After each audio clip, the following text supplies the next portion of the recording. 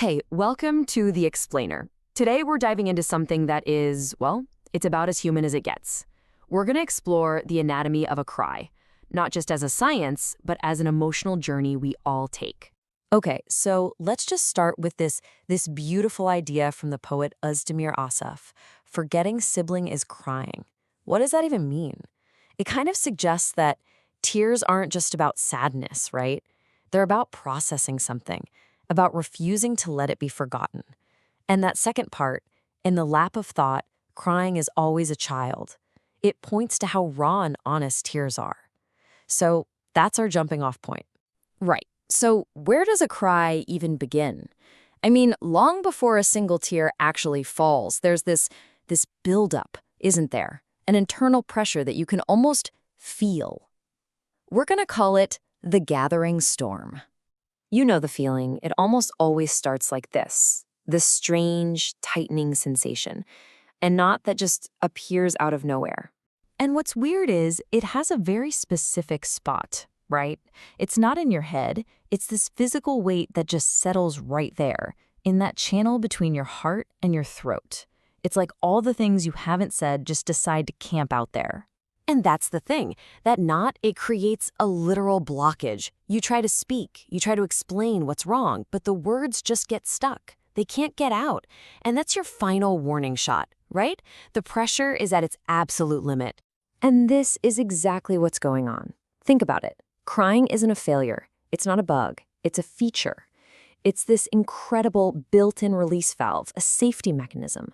Its whole job is to open the floodgates when that emotional reservoir gets too full. Because if it didn't, well, that's when you'd have a total catastrophic collapse. Okay, so the dam has officially burst. The floodgates are wide open.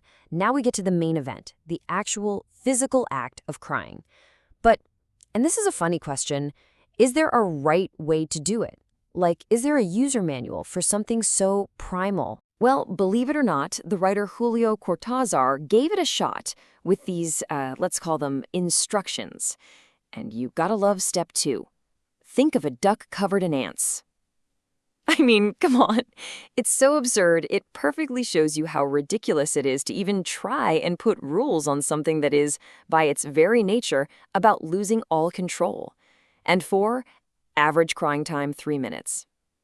Yeah, right. I think we can all agree that's a little optimistic. 'Cause let's be real. The reality is never that clean, is it? Real crying is messy. It's raw. It can be slobber and snot. It can be those silent sobs that just stream down your face when you're trying to hold it together. Or it can be those full-body hiccuping sobs that leave you totally wiped out. It's not an instruction manual. It's a force of nature. But what happens when this super personal thing suddenly has an audience? Crying in public? Oh yeah, that's a whole different ballgame. You know, society hands us these really different and, honestly, completely contradictory rulebooks. For men, you get this heavy cultural script. Men don't cry. It's a sign of weakness. You gotta uphold your manhood. But then for women, tears can be dismissed in a totally different way. They're not seen as real emotion, but as a trick, a deadly weapon to manipulate people and get what you want. It's a no-win situation. And this brings us right to the heart of the paradox, doesn't it? On one hand, is crying a sign of weakness? Is it this moment where you just lose control, you expose your vulnerability, and you should probably apologize for it? Or is it the exact opposite? Is it actually an act of incredible strength, a moment of real courage?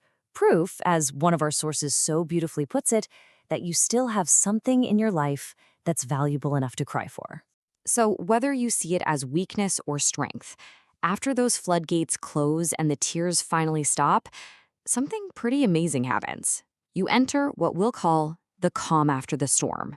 Okay, I absolutely love this analogy from the source material. It just reframes the whole experience perfectly. Crying is like running disk first aid on a computer that's having system issues. Think about that. It's not a breakdown. It's maintenance. You're not crashing, you're rebooting. So what is this mental first aid actually doing? Well, it's taking all those chaotic, jumbled thoughts and it's starting to defragment them, to put them in order. It's like it's repairing the corrupted system files of your own perspective.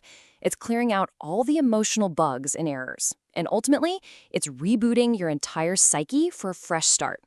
Now, the problem might still be there, but your whole system for dealing with it has been reset. And that's what you're left with, right? The physical evidence, it speaks to a battle. You're exhausted, the pillow is soaked, your eyes are all bloodshot.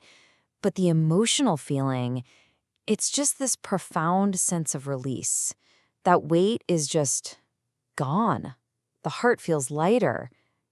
The storm has passed. But what happens when that storm gathers on the horizon, the clouds get dark, and the rain just refuses to fall? For our final section, let's talk about that uniquely painful feeling of being unable to cry even when you need to. It's such a strange question to ask yourself, isn't it? My tears, where are they?